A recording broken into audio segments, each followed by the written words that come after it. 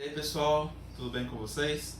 Com muita alegria que nós vamos continuar os nossos encontros, né? Hoje um encontro realmente muito especial, que é um dos assuntos que eu lembro que eu passei para o pessoal da segunda etapa, que eu gostei muito e queria refletir também junto com vocês, que é sobre o mundo invisível, né? Como é que funciona a criação com relação ao mundo que a gente não vê, né?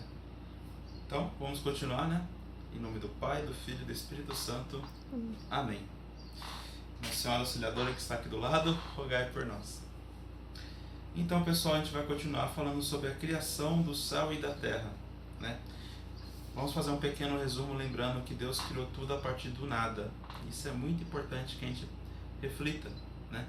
Por quê? Porque realmente Deus é um Deus onipotente, é um Deus poderoso, né? Que faz tudo que é por volta do seu amor, por volta também do seu poder, né? Ele é um ser realmente poderoso que cria tudo a partir do nada. E isso é muito importante porque é dito no nosso creio e também no Niceno Constantinopolitano, nome difícil, né? Que fala sobre essa criação de um universo visível e de um universo invisível. Esse universo invisível, né? O que realmente seria, né? A gente fala muitas vezes que o que é real, o que não é real, né? Na verdade, o universo invisível é muito mais real do que o universo visível. Quando a gente fala isso, né, a pessoa fica, mas como assim? Né? Eu não consigo ver o universo invisível, mas o universo visível está aqui. O problema é que até mesmo no próprio universo real, né, das coisas criadas aqui na Terra, muita coisa é invisível, muita coisa a gente não vê, mas a gente sabe que existe e ela é real. A eletricidade é uma coisa que a gente não consegue ver a olho nu, a não ser que seja forçada, né? E mesmo assim está ali, né?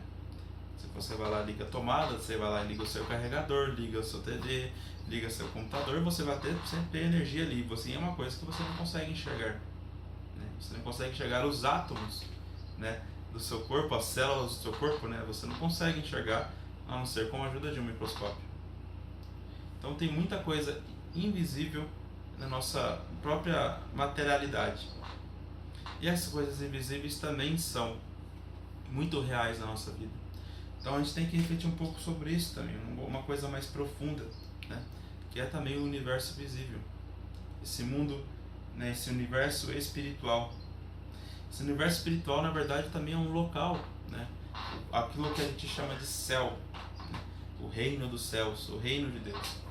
Então o reino de Deus também é uma coisa muito local, né? É um local físico mesmo, né? Que a gente não sabe onde está, mas que é um local que existe e que Deus mora nesse local, junto com os seus anjos, junto com os espíritos.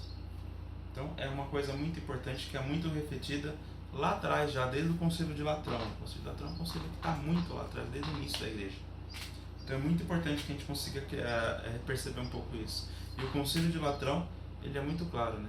Que ele reflete muito que o mundo espiritual veio primeiro, para que depois viesse o mundo material, né? O mundo corporal, melhor dizendo, e depois viesse o ser humano. Por que o ser humano veio por último? Porque nós somos uma mistura, entre aspas, né? A nossa natureza é uma natureza que tem a nossa parte corporal, nosso corpo, mas também tem a nossa parte espiritual, que é a nossa alma, né? Nós somos uma mescla de toda a criação de Deus, quase como se fosse um resumo. Então, é muito importante que a gente consiga refletir sobre isso para entendermos a nós mesmos, né? Mas a nós mesmos nós vamos refletir daqui a pouco, no próximo encontro. Agora eu quero focar muito sobre uma pessoa que existe, né? Várias pessoas, na verdade, que existem, que na verdade a gente não reflete muito sobre ela, né? Que seriam os anjos. Pensando um pouco sobre os anjos, né, a gente consegue estender isso muito na própria tradição da igreja. A própria Igreja Católica, diante das Sagradas Escrituras e da Sagrada Tradição, já reconhece a existência de várias vezes que vários anjos vieram ao nosso encontro, né? Tem uma coisa já muito bem afirmada, né, com relação a isso. Então, é uma coisa que você, católico, não pode falar que não crê, vamos dizer assim. É uma coisa muito afirmada na história da Igreja Católica, que os anjos vêm ao nosso encontro. né, que existe essa categoria da criação de Deus, que são os anjos. E segundo Santo Agostinho, Santo Agostinho, que é um santo muito estudado, né, muito bem inteligente, e estudou muito sobre os anjos também, nos traz uma reflexão muito boa sobre o que é o anjo, né? O anjo, na verdade, é uma criatura que é por encargo, né? Na verdade, chama de anjo porque o anjo, na verdade, é o mensageiro de Deus, né? E a palavra anjo, ela vem meio que derivada disso. Então, o anjo, na verdade, é esse mensageiro de Deus que vem até nós. E nós chamamos ele de anjo por causa desse encargo. Mas isso não fala o que exatamente é a natureza do anjo, né? A natureza, o que eu falo? O que é o anjo? Né? O anjo, na verdade, é uma criatura espiritual, né? Que, num dado momento, no momento da história deles, eles optaram sim a seguir a Jesus, a Deus, a confiar na palavra dele, e nessa confiança, nessa acreditar, nessa fé, foi gerado esse encargo para ele, né? Aí, como foi feito isso? A gente não tem tanta certeza, várias pessoas falam sobre isso, várias pessoas falam de como foi a criação, como foi essa escolha, né? Essa decisão que os anjos tomaram para ou seguir a Deus ou não seguir a Deus, né? Tem muitas histórias que falam sobre isso, aí eu convido vocês a procurarem um pouco sobre isso, mas é uma coisa muito importante que a gente precisa entender, que o anjo, na verdade, é um encargo que é dado por Deus, né? E que eles são criaturas espirituais que, claro, né, vêm nos ajudar, né? Porque afinal, como criaturas, né, como seres espirituais, eles são dotados por inteligência e por vontade também. Assim como nós também, a nossa alma, né, eles também são criaturas imortais, né? Eles não morrem. E também pelo brilho da glória, né, toda vez que eles se revelam, né, é uma coisa que assusta o homem, né? Todo homem que vão lá e fala assim, olha, eu recebi a visita do meu anjo, né, a gente esconde o nosso rosto, a gente fica aterrorizado, fica com medo, né, porque é uma criatura tremenda, né, uma criatura realmente poderosa, né? Isso revela, né, que ela tem realmente uma visão beatífica de Deus, né, que eles são revestidos de glória, né, uma perfeição além da nossa. Então tudo isso revela, na verdade, que o anjo, na verdade, também é uma pessoa, né? Ela é dotada de inteligência, é dotada de vontades, né? E também trabalha para Deus, né? Tem toda essa montagem do anjo da guarda, né? Do anjo, na verdade, né? E aí o anjo, né, se estende por vários trabalhos, né? Desde os arcanjos, anjos, anjo da guarda, e vai indo por aí, né? Os querubins, serafins. Eu vou pedir para vocês procurarem um pouco mais sobre isso, né? Tem vários padres, Padre Paulo Ricardo, que falam muito sobre isso e que realmente consegue dar uma floreada muito mais bonita, né, com relação a essa existência que tanto nos ama, que tanto também nos quer bem, como são os anjos. A gente tem que lembrar também que o Cristo, né, que Jesus Cristo, Deus, Filho, é o centro desse mundo angélico. Na verdade, Jesus, ele é o dono desses anjos, né? Isso é muito bonito, porque a gente entende que em vários momentos da história da salvação, né, os anjos vieram ao encontro dessas pessoas para revelar uma boa nova, né? Ou para fazer uma proteção de uma pessoa que foi lá e pediu a sua ajuda, né? Então tem vários momentos que vários anjos vieram ao encontro dessas pessoas para fortalecer a revelação e para lembrar que Jesus iria vir. Assim como também quando o próprio Jesus veio, né? Antes mesmo de Jesus encarnar no seio de Maria, o próprio santo anjo Gabriel veio ao encontro de Maria, né? Trazer a mensagem de Deus, que bem-aventurada era Maria, porque ela encontrou em Deus realmente a graça, e que pôde realmente receber, né, no seio dela, e veio a convidar ela, né, a participar da salvação da humanidade. Né? A gente começa a perceber a participação dos anjos ali, mas os anjos também continuaram, né? Continuaram, por exemplo, a servir a Jesus no deserto, a consolar Jesus no momento do Horto das Oliveiras, a trazer a mensagem da ressurreição de Jesus, né?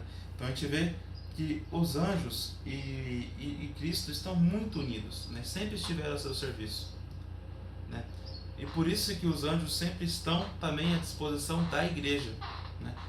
O encargo dos anjos não se ficou somente em Jesus, mas Jesus quis enviar os anjos para também nos auxiliar na igreja, né? Em diversos momentos na liturgia a gente lembra dos anjos, né? Por exemplo, né, na oração do santo, a gente lembra muito sobre com relação à presença dos anjos durante a Santa Missa, a presença dos anjos durante o sacrário, também na nossa presença do nosso dia a dia mesmo. A gente nunca deve esquecer que nós temos um anjo da guarda. Esse anjo da guarda realmente nos guarda. Ele quer ser o nosso amigo. Ele quer também trazer proteção, tanto espiritual quanto corporal. E aí eu trago um convite para vocês. Qual foi a última vez que vocês rezaram com o seu anjo da guarda? Qual foi a última vez que vocês realmente rezaram, pediram a intercessão do seu anjo da guarda? Isso é muito importante. É muito importante que vocês rezem muito para o anjo da guarda de vocês, né? Faça o seu anjo da guarda trabalhar por você, né? A gente enxerga muitas vezes a devoção do anjo da guarda como uma devoção infantil, né? A gente reza o anjo da guarda quando existe, quando está com a criança te fala muito do anjo, aí depois quando a criança cresce a gente meio que acaba abandonando essa devoção, o que é um grande erro. O anjo da guarda está sempre com a gente, né? Seja você criança, seja você já um idoso, né, já um senhor. Então a gente tem que rezar muito para o anjo da guarda para vir nos proteger, para nos guiar. E eles vêm realmente para nos ajudar, porque além de ser um encargo de Deus, e por ser também um encargo de Deus, Ele nos ama muito e quer que nós estejamos junto com Ele, para podermos sim ser salvos, sermos santos e continuarmos no céu, seguindo rumo ao céu. Então é muito importante que a gente tenha essa devoção. A gente rezou, acho que foi semana passada, sobre o anjo da guarda. Então convido que vocês rezem uma novena com relação ao anjo da guarda, né? Antes de dormir, quando acordar, se estiver enfrentando algum perigo, lembre do anjo da guarda de vocês. Ele está sempre disposto a te ajudar, seja nos perigos físicos, né? Você está indo para algum lugar, você está viajando de carro, de avião, sei lá, se tem com medo de alguma coisa específica, ou está fazendo alguma coisa muito difícil, algum trabalho muito difícil, ou você está fazendo qualquer outra coisa que seja físico ou até mesmo espiritual. Quantas vezes a gente tem que estamos próximos de cair na tentação e nós ficamos só por nós mesmos. Isso o anjo da guarda está louco para ajudar a gente não clama ajuda para ele. Então que nós possamos clamar ao anjo da guarda, principalmente nas ajudas quanto aos encargos espirituais, né? Quando sentirmos que estamos sendo tentados, seja por nós mesmos, ou seja até mesmo pelo demônio, que nós possamos confiar no nosso anjo da guarda, que são seres espirituais, de inteligência e de vontade puríssima, belíssima, que são muito mais perfeitos que nós somos, então conseguem enxergar, conseguem ter uma inteligência muito mais fina, muito mais bela, que então nós possamos confiar plenamente no nosso anjo da guarda e pedir essa intercessão para ele, para que nós possamos realmente continuar juntos e seguirmos juntos a vontade de Deus. Eu acho que é isso, pessoal. Se tiver alguma dúvida, se tiver alguma sugestão, peço que vocês aí respondam nos comentários, né? Um abraço a todos vocês aí da Crisma, que esses encontros são para vocês, né? O pessoal do Facebook também que está acompanhando a gente, também conta para vocês também, né? E que Deus possa abençoar cada um de nós, que nosso anjo da guarda possa nos guiar e que São Dom Bosco e Nossa Senhora Auxiliadora possa interceder em cada momento da nossa vida, em nome do Pai, do Filho e do Espírito Santo. Amém. Até mais, pessoal.